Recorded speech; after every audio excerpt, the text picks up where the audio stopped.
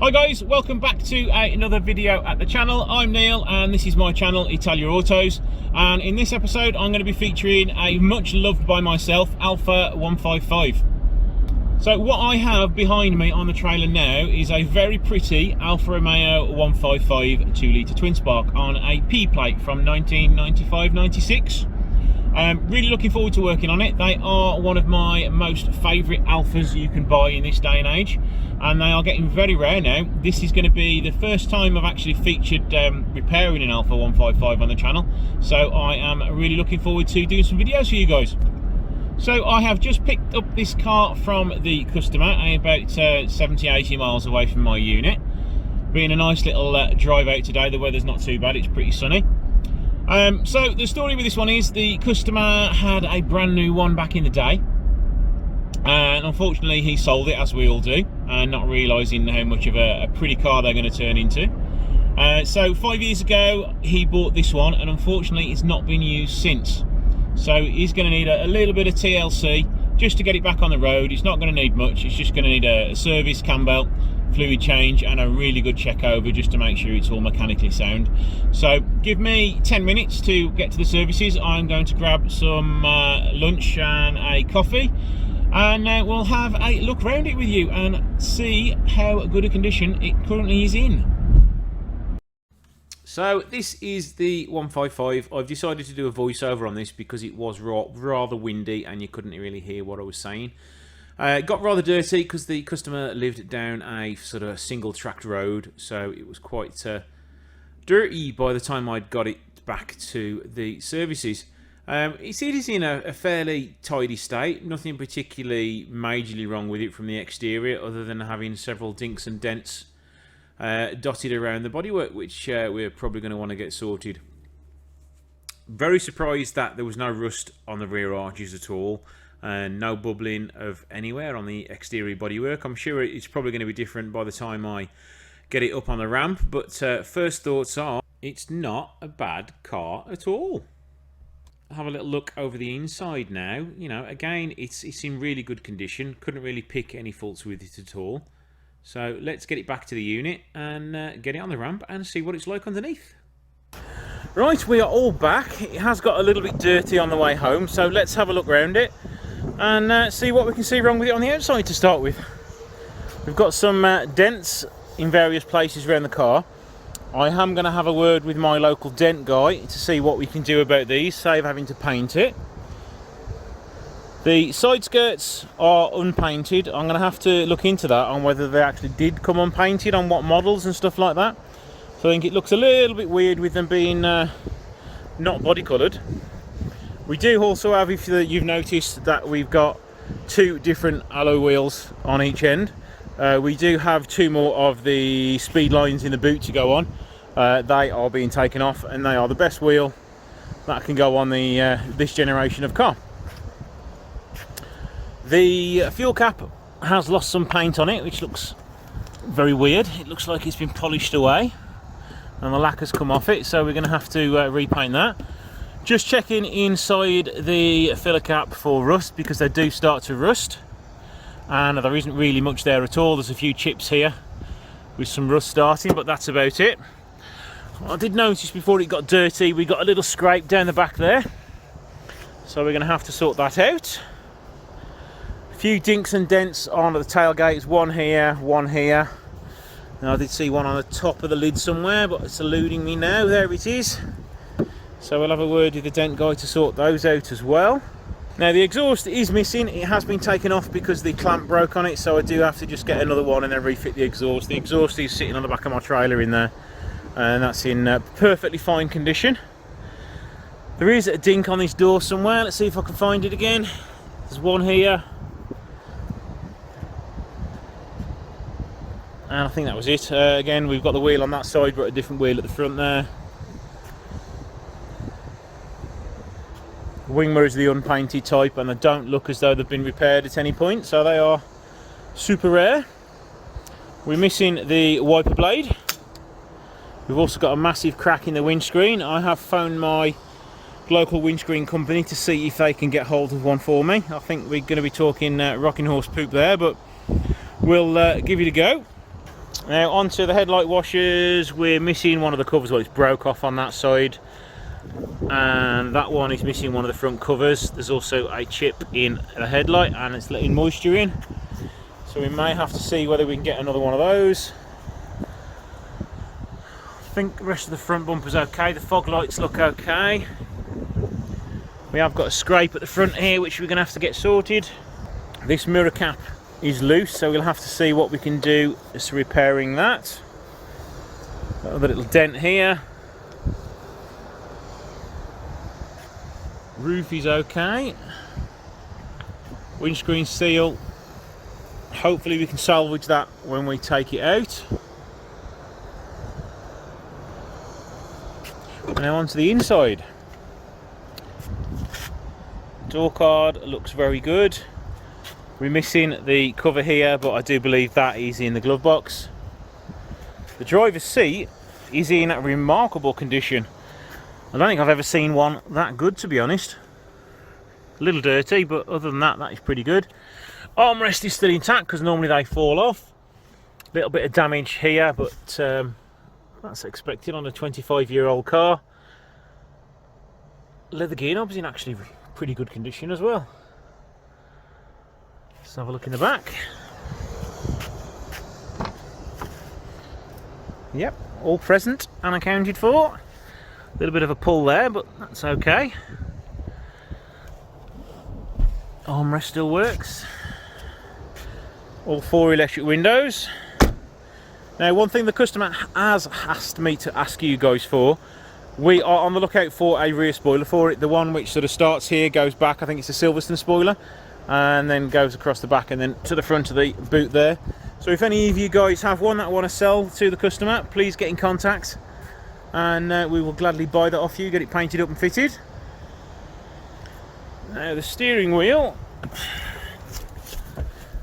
Now steering wheel has a little bit of wear, so we may want to see if we can get that recovered. I do know an upholsterer that would like to probably do that for me.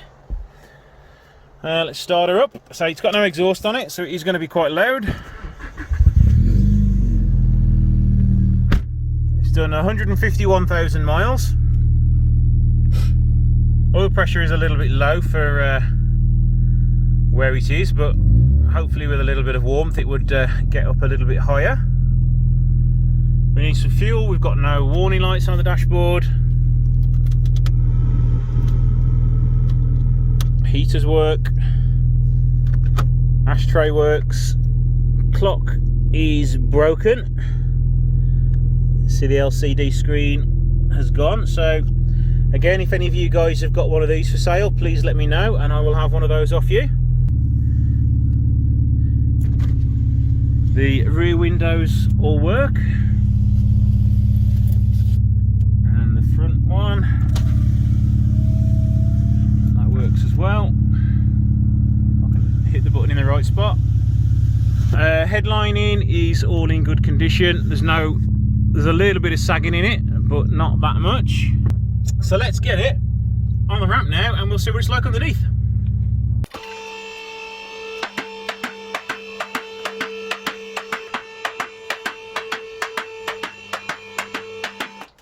Right, let's start at the front this time. Wishbones are going to want changing, anti-roll bar links are going to want changing, discs and pads are going to want changing all the way around because they are rather corroded.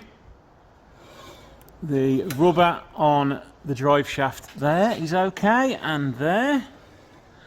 Let's check the other side. Yep, that's okay both sides. The tyres are coming off on this one, so I'm not even going to bother checking it. We're going to want a cam belt, oil and filter. This front radiator support is probably going to want changing for an aluminium one because there's not much life left in that. It is rather rusty. Now let me grab a torch to check everything else. Radiator appears to be okay. Could do with a little bit of preventative rust treatment under there. The obligatory rusty bumper mounts are there as well. This side isn't too bad. I can't actually see underneath that far there. We might want to just check the power steering pipe here, because you can see it's a little bit weepy. Probably just wants tightening up, that Jubilee clip does.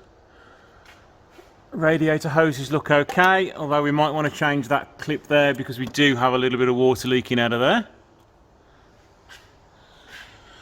That pipe is starting to get quite corroded for the oil cooler.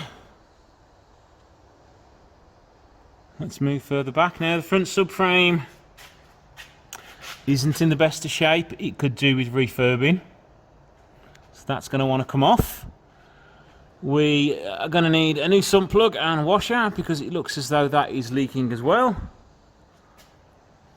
The front subframe tends to be okay on this side, but that side is definitely quite bad.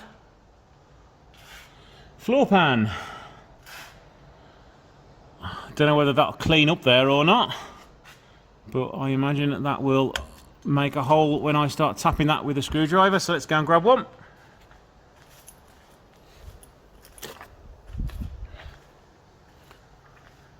Fingers crossed. No, yeah, we are going to need a little bit of welding up there. Let's do it. Welding that. Was that been done already, possibly? Yeah, that's been done already, but they've not cleaned up the outside of it. There is a big hole, so we need to do some welding at the rear end. Let's grab my torch again. As you can see there, big massive hole going up into the sill. That's all okay. Up there, it's not brilliant, but it's okay. All right, let's move on to the rear end now. It has had new rear shockers and springs. The front are coilovers, so we don't have to worry about that too much. I will change the handbrake cables because it's not been moved in 5 years, and when I'm putting the handbrake on, it is not grabbing the rear brakes very well at all. So I am going to be fitting some of those. The rear subframe bush is missing, half of it is anyway, so it's probably going to want the subframe taken off and refurbishing like I've done with the Fiat Coupe in the other video. We're going to want some new brake cables as well, brake pipes even. The boot floor is normally my biggest worry on these 155s, and the rear chassis legs, but they look all okay. There's some rust coming through, as you'd expect for a 25-year-old car, but no hole there. And this is another major rust point. It's been treated at some point in its life, because you can see the discoloration compared to the original. But that is okay. That was my biggest worry, was the rear floor pan, and it's not that bad. The fuel tank straps are not amazing, but at least they are quite a basic shape, so I should be able to make some of those up if needed. Floor pan, yeah, it needs some TLC. This all needs rubbing back, pipes removing, treating properly before it gets any worse, because we do want to keep as many of these 155s on the road as possible. This front bit of floor pan, hopefully when it cleans up it'll be okay, but I think it's going to probably want some welding there at some point, or at least it's going to want some along here. Yeah, brake pipes, they need changing as well. That's all rusty there. How is it the rest of the way around? Yeah, that's about to get a hole in it. And there as well, it's the same pipe, but yeah, they all going to want changing. I was hoping it was in ever so slightly better condition than it was. So the customer did say that some work had been done at the rear end. I was hoping it was a subframe refurb, but it doesn't appear to be the case. We've got a catalytic converter still, and it's all intact. If you can see in there, it's all there. Bit of a crushed floor pan there, but wouldn't stress over that. Yeah, overall,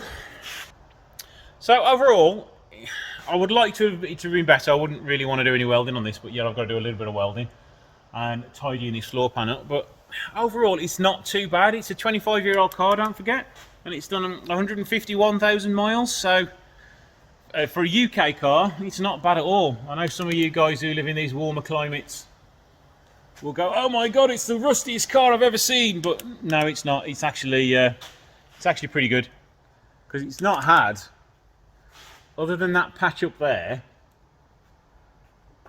it's not had any welding done on it that I can tell. So it's, you know, it's a clean original car. So let's go to the top of the engine bay now and have a look how it is under the bonnet. Almost a check underneath the rear arches, because they are quite common for rusting there. So let's have a look at those.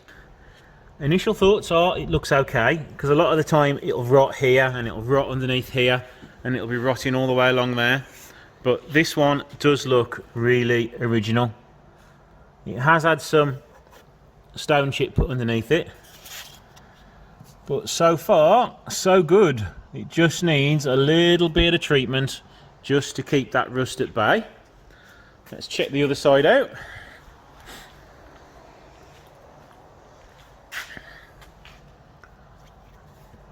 Yeah, that's okay. That's okay. And while we're at it, we might as well check the front. There's your coilovers. Doesn't look too bad, but I have just spotted a little bit of rust down towards the bottom front edge there. Now, it normally rots behind the arch liner, so I'll probably want to pull all the arch liners out and treat behind there, because I bet you it's going to want some welding behind there. Now, I did ask the customer what he wants from this car, and he wants it to be a tidy daily driver. So again, we're not going for show car condition on this one. It wants to be used as it deserves to be. You know, it's 25 years old now, 150,000 miles. It still needs some love, and it still needs to be driven daily if possible, because these cars are amazing drives. They're also probably one of the rarest Alfas out there at the minute to get hold of. So right, we're down on the ground now, so let's have a look under the bonnet. It's all there at least. It may want some bonnet stays. I have a feeling that's going to drop on my head. Right, suspension turrets, never been welded. Still see all the chassis number both sides. Suspension top mounts are still in remarkable condition. Top mount here could do with being refurbished. Same with the engine cover. It's going to want a complete service, so we're going to change the power steering fluid, air filter, oil, cam belt, water pump, power steering fluid, and brake fluid if I haven't said that already. You can't get to see much of the chassis legs because they are all covered in wiring loom, but from what I can see, it does appear to be in lovely condition.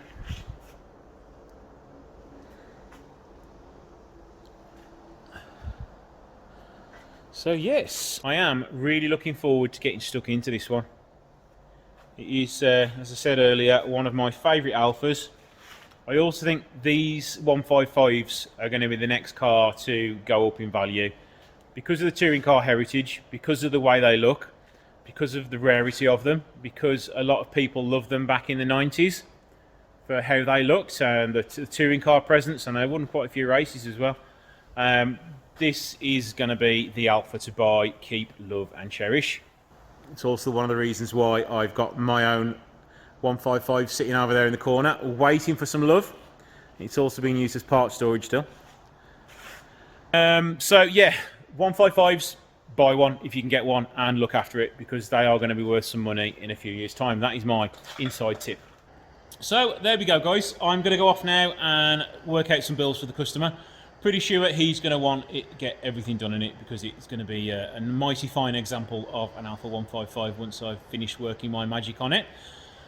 So that is pretty much it now. I want to ask you guys again, if you've got this far through the video, please subscribe, because I checked again last night and 78% of the people that watch all my videos are not subscribed. So either I'm doing something wrong or people just aren't hitting the subscribe button for me. So please do that, and also hit that like button if you like what you see. If you don't, hit the dislike button. So thank you guys for watching, and I will see you in the next episode.